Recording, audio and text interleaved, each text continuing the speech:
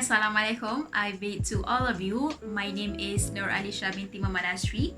My matric number is 057259 and I'm from BTMM4. For the previous assessment, we were required to make a report on cybercrime.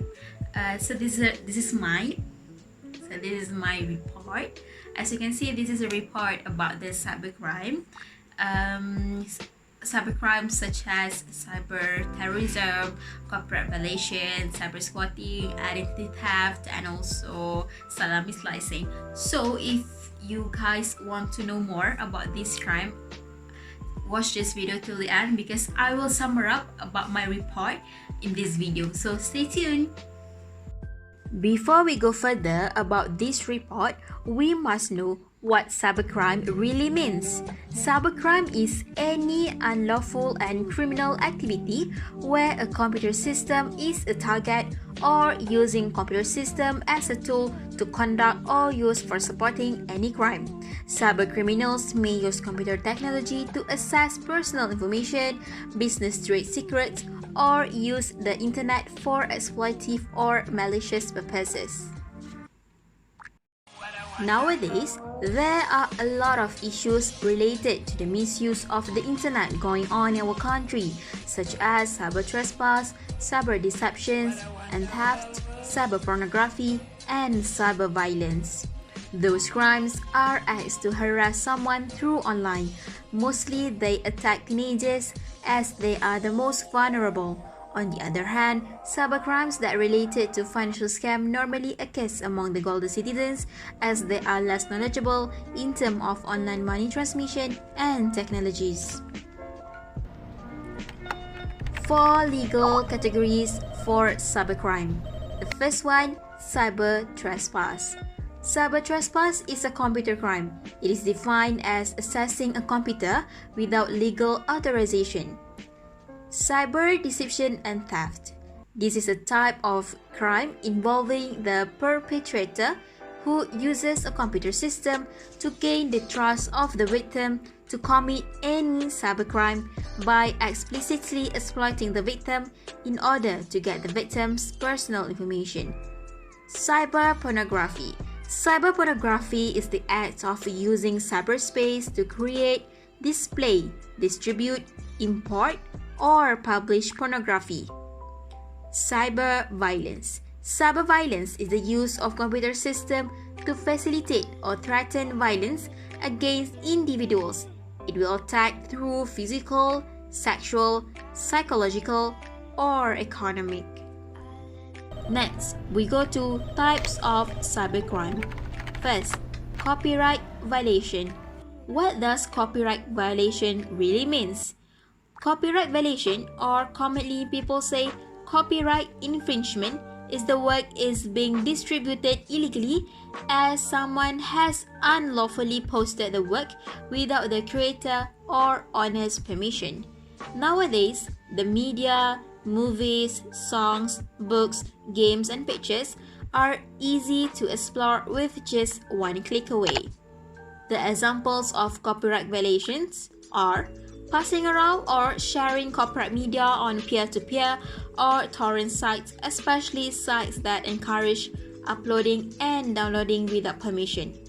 Second, watching and listening to the latest movies or songs using sites that stream music and movies without the artist's permission.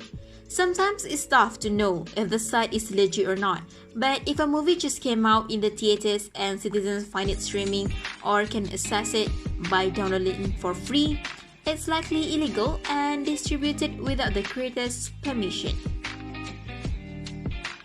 Next, cyber terrorism. A cyber terrorist is a criminal who uses computer technology and the internet, especially to cause fear and disruption. Some cyber terrorists spread computer viruses and others threaten people electronically. How does cyber terrorism work? First, hacking. To gain access to a computer file or network illegally or without authorization. Second, misinformation. To provide with incorrect information. Third, virus. A computer program that duplicates itself in a manner that is harmful to normal computer use. Fourth, worm. A malicious program that replicates itself until it fills all of the storage space on a drive or network.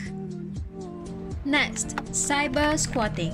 Cyber squatting is a form of domain name trademark infringement that involves the registration of domain names in bad faith.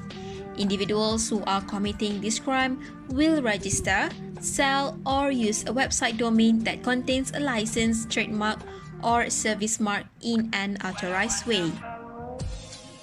How to prevent cyber squatting? First, type the URL and make sure it's totally accurate. Second, check and do the double check that it is a correct URL before pressing the enter key on your keyboard. If the user makes a spelling mistake, it might lead to a cyber squatter's website which may contain malicious software. Third, do not open any suspicious emails or click any link that might seem curious. The user must block and report those things in order to avoid the same thing happen.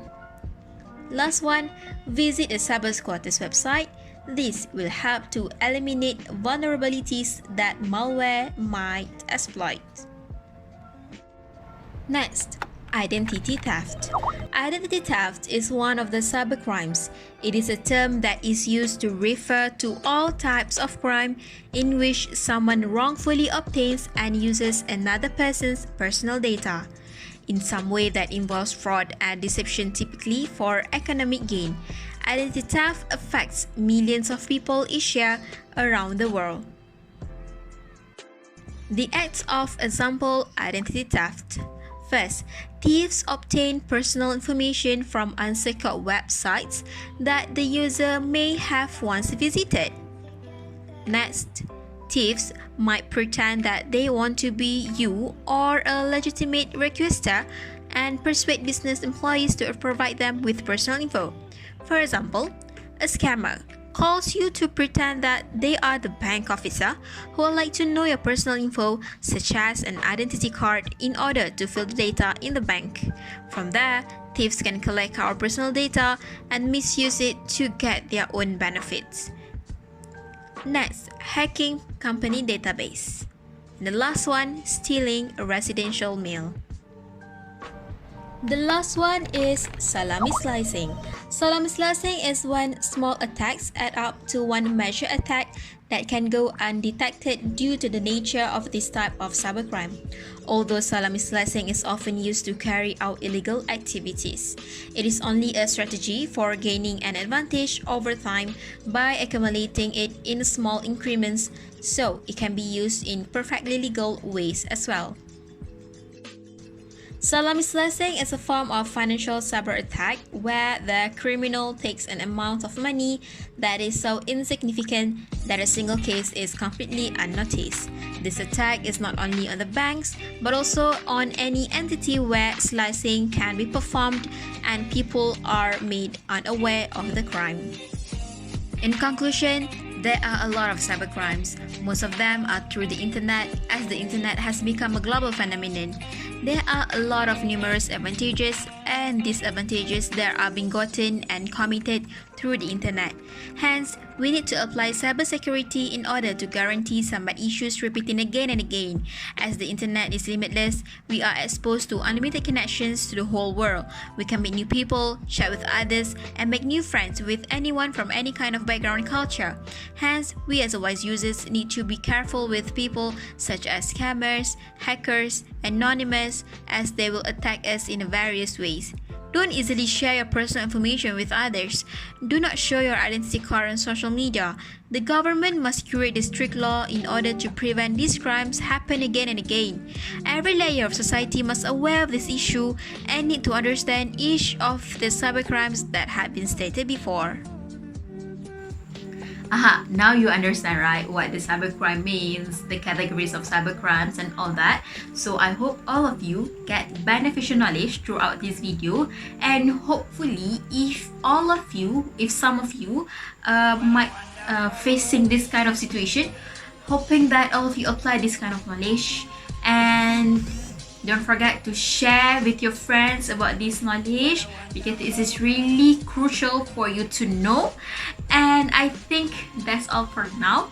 Last but not least, I would like to express my gratitude to my lecturer, Mr. Muhammad Sufyan, by giving me chance to share the knowledge about cybercrime. I think that's all for now. See you guys in the next time. Bye!